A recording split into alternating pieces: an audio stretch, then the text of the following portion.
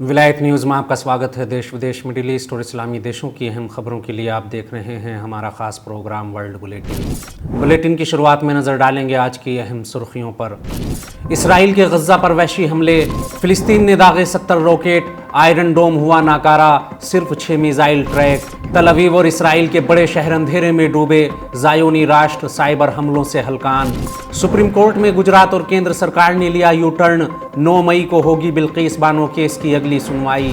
रूस ने बढ़ाई अमेरिका और यूरोप की चिंता, रूसी सरजमीन पर फिर से कब्जे तक जारी रहेगी जंग।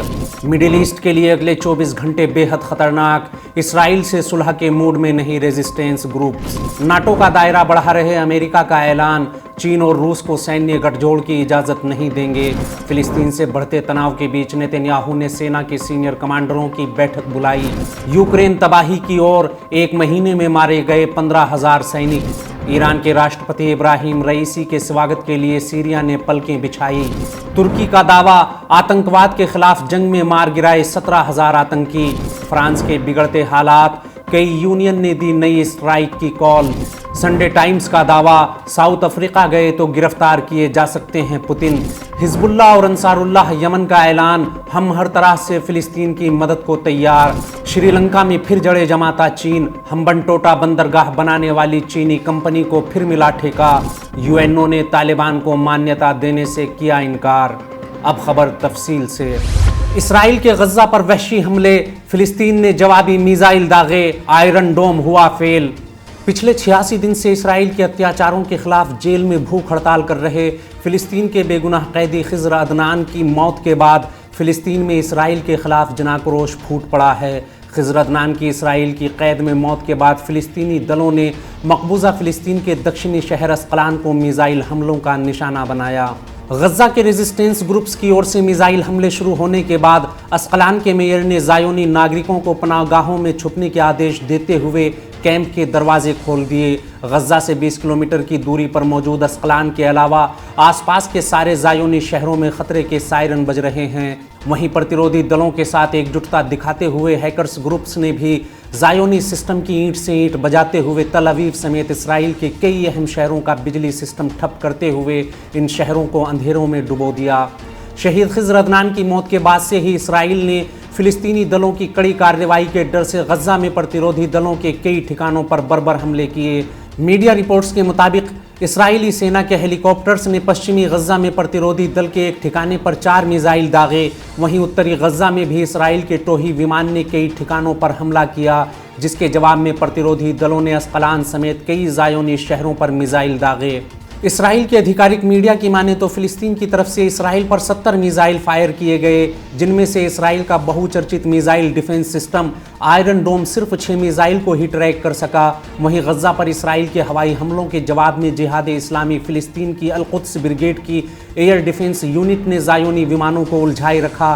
ठीक उसी समय गज़ा के कई इलाकों से इसराइल पर जवाबी हमलों में 70 मिसाइल फायर किए गए, जिन्होंने कई अहम ठिकानों को निशाना बनाया। तल अवीव शासन की रिपोर्ट के मुताबिक फिलिस्तीन के इन हमलों में 12 ज़ायोनी घायल हुए। बता दें कि खिज़र अदनान की शहादत के फ़ौरन बाद से ही फिलिस्तीनी दलों की जवाबी कार्रवाई की खबरों के बीच ही यमन जन आंदोलन अंसारुल्लाह और हिजबुल्लाह लेबनान ने फिलिस्तीनी दलों को भरपूर समर्थन का ऐलान किया है। गज़ा पर इसराइल के हमलों और जवाब में फिलिस्तीनी दलों के ज़बरदस्त पलटवार से सख्ते में आए ज़ायोनी प्रधानमंत्री नेतन्याहू ने प्रतिरोधी दलों के हमलों से निपटने के लिए सेना की इमरजेंसी मीटिंग बुलाई।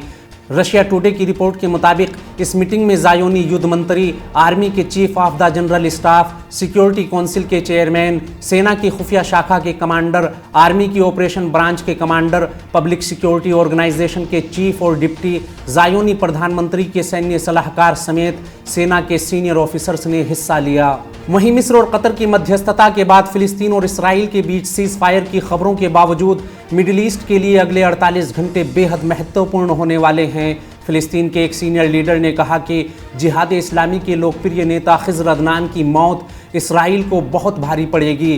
तल अवीव को इसका बदला चुकाना होगा। उन्होंने कहा कि गज़ा के एक एक नागरिक का खून खोल रहा है। गज़ा में भारी उबाल है। प्रतिरोधी दलों के बीच बैठकें हो रही हैं, आपसी तालमेल को बढ़ाया जा रहा है और इसराइल को मुंह तोड़ जवाब देने की योजना पर काम हो रहा है। अगली खबर में ईरान के राष्ट्रपति आयतुल्लाह रईसी की सीरिया यात्रा और इलाके में बनते नए समीकरण की बात करेंगे।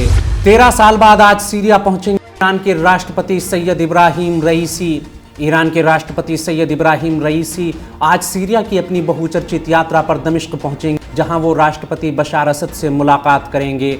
सैयद इब्राहिम रईसी की दमिश्क यात्रा पर दुनिया भर की नज़रें बनी हुई हैं। उनके इस सफ़र को एक नए मिडिल ईस्ट के उदय के रूप में देखा जा रहा है। पिछले काफ़ी समय से अमेरिका और उसके सहयोगी देश नए मिडिल ईस्ट की बात करते रहे हैं और सीरिया के खिलाफ आतंकी संगठनों की आड़ में छेड़ा गया विश्व युद्ध भी इसी योजना का एक हिस्सा था।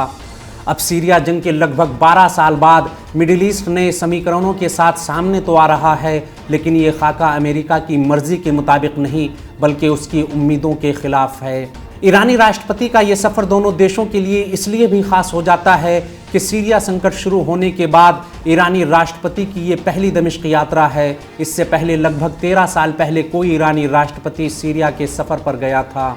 आयतुल्लाह इब्राहिम रईसी अपने सफ़र के दौरान सीरिया के राष्ट्रपति बशार असद से मुलाकात के अलावा इस देश के कई वरिष्ठ नेताओं और अधिकारियों से भी मुलाकात करेंगे। असद और रईसी की मुलाकात में दोनों देशों के बीच पॉलिटिकल रिलेशन और कारोबारी रिश्तों को बढ़ाने के अलावा इलाकाई मुद्दों पर भी चर्चा होगी। राजनेताओं के अलावा रईसी अरब कारोबारियों के साथ भी मीटिंग करेंगे। सैयद इब्राहिम रईसी अपने सफ़र के अगले दौर में इस देश में मौजूद मुक़द्दस मकामात पर ज़ियारत के लिए हाज़िरी देंगे। वहीं वो सीरिया में रह रहे ईरानी समाज के लोगों से भी मुलाकात करेंगे। गौरतलब है कि इराकी राष्ट्रपति की तेहरान यात्रा के फ़ौरन बाद ही ईरानी राष्ट्रपति की सीरिया यात्रा दुनिया भर और ख़ासकर अमेरिका के लिए एक कड़ा संदेश समझी जा रही है, और वो ये कि इस इलाके में अमेरिका के दिन लग चुके, अब यहाँ उसकी दादागिरी की कोई जगह नहीं है।